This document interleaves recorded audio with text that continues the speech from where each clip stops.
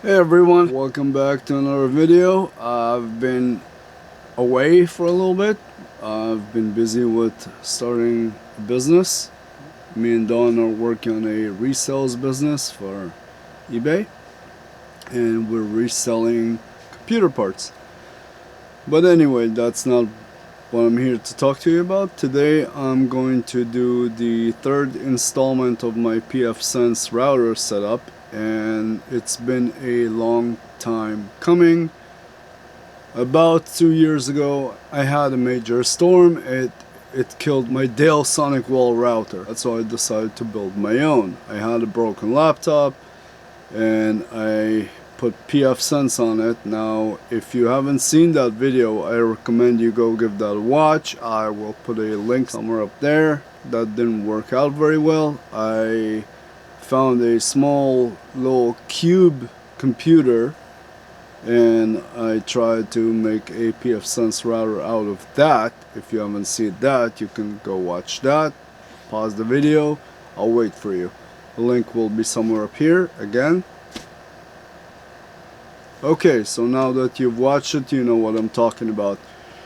And about a year and a half ago, I completed my third trial of building a router. That router has worked great. I have a PFsense machine running in my house right now. It's managing my entire network. Speaking of my network is a mess, so in today's video I'll actually be attempting to clean that mess up, and I will try to get as much footage as I can of me working on it. But in today's video I'll be showing you that router, I'll be cleaning up the network mess, and I will be talking about all the lessons I've learned about building such a device.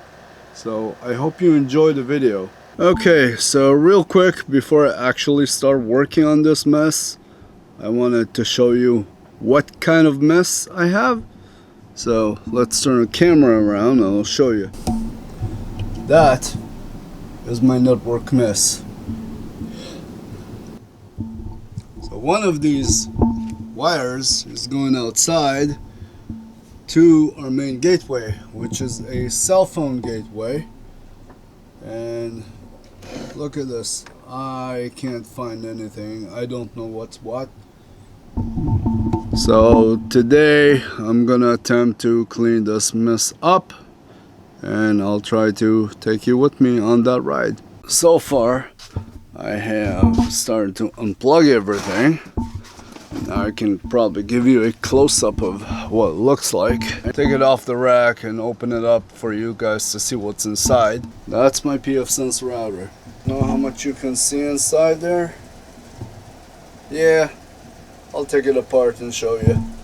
Alright, I'll be back in a few. Okay, so here's a sneak peek into my PFsense current router setup.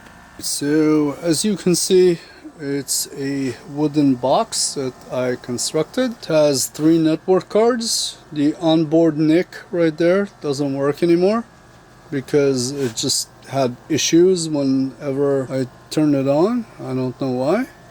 And that 24 gig SD drive, that is a 16 gigabyte SSD drive that I got an old HP computer. That right there is a 4 gigabyte memory stick.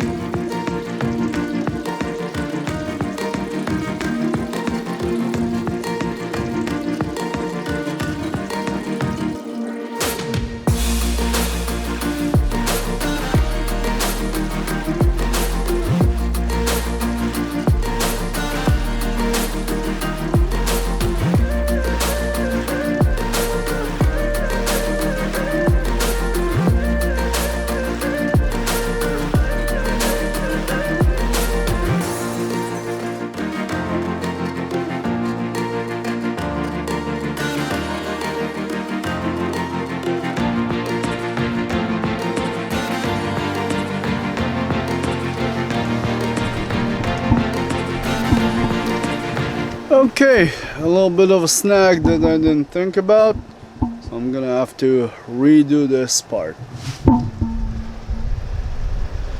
Yeah, it's blocking the ports. Did not think about that. I might have to just cut these. Maybe I'll do that with a Dremel and just cut them off. I got a Dremel. Let's cut this.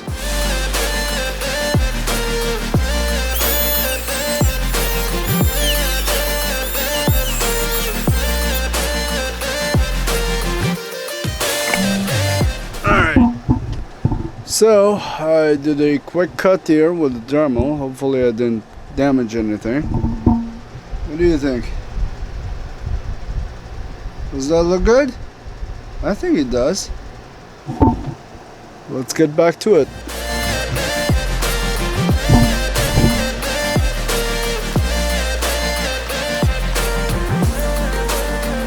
I'm gonna attempt to show you as much as I can while I'm working on the rewiring of my server rack build. If there's any kind of lens distortion or keystoning, I apologize, because this is very tight quarters and I had to put a 16mm lens on it so I can show what I'm doing.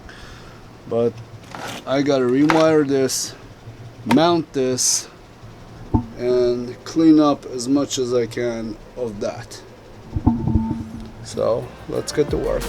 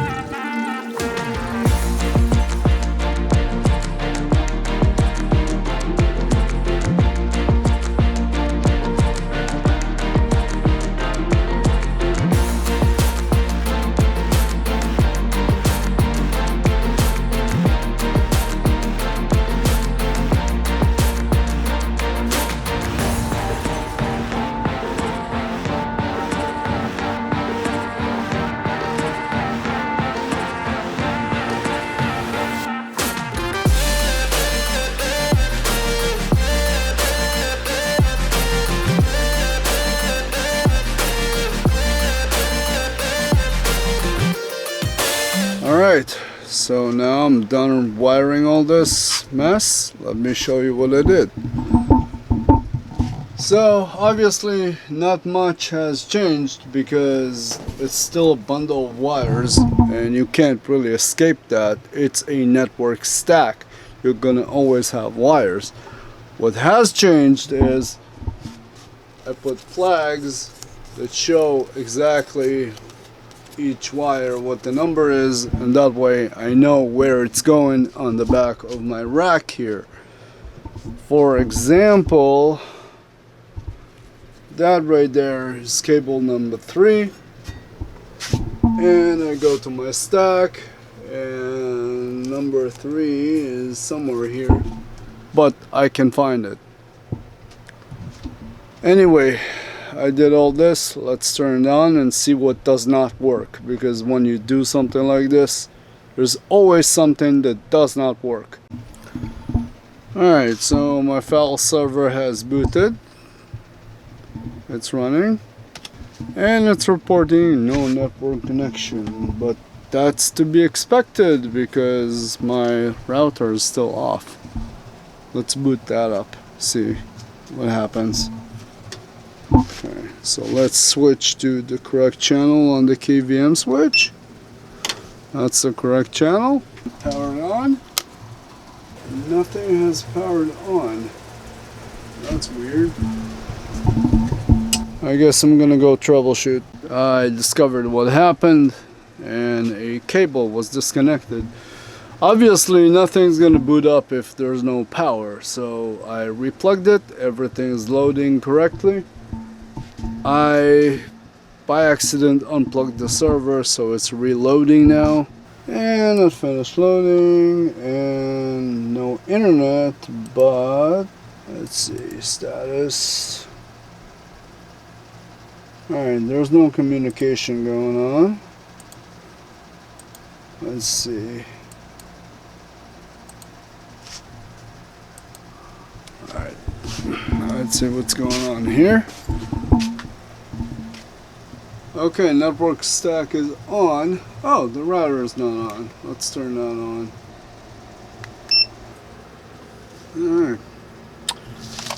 Turn the router on. As you can see, it's loading.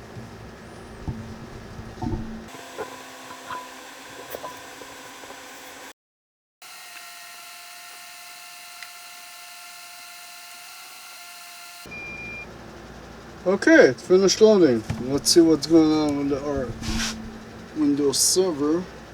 We have communication. Still no IP address.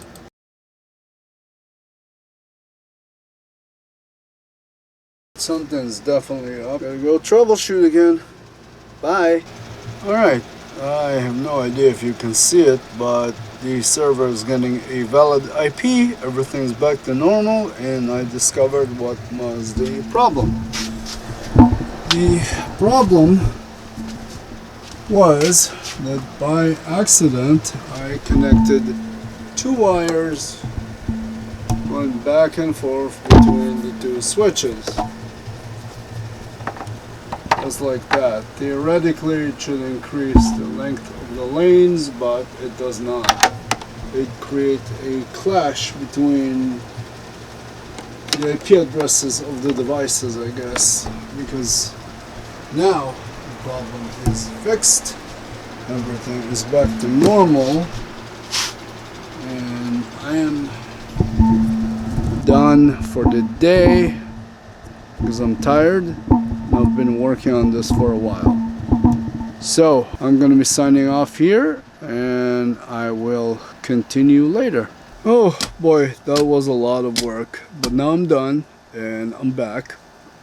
And the lessons I've learned from installing a PFsense router is this: it is incredibly stable and it works great, but when you actually install the operating system, make sure that you install it on stable hardware, and any kind of interruption to the hardware will screw up your setup. If you haven't seen my first PFsense video, I will put a link somewhere up here, so go ahead and give that a watch. The first setup I ever did was on a broken laptop, and I used USB as my source of network cards, and that was a terrible mistake because every time the USB card overheated, it just turned it off, and all of a sudden PFsense didn't recognize the USB cards anymore, and it didn't have network cards. I have to reboot several times until it would recognize it again and work with it, and I had to reconfigure a lot of stuff, and it was a nightmare. But between reboots it would work for 24 or 48 hours with no problem, and it was stable and working great for the duration.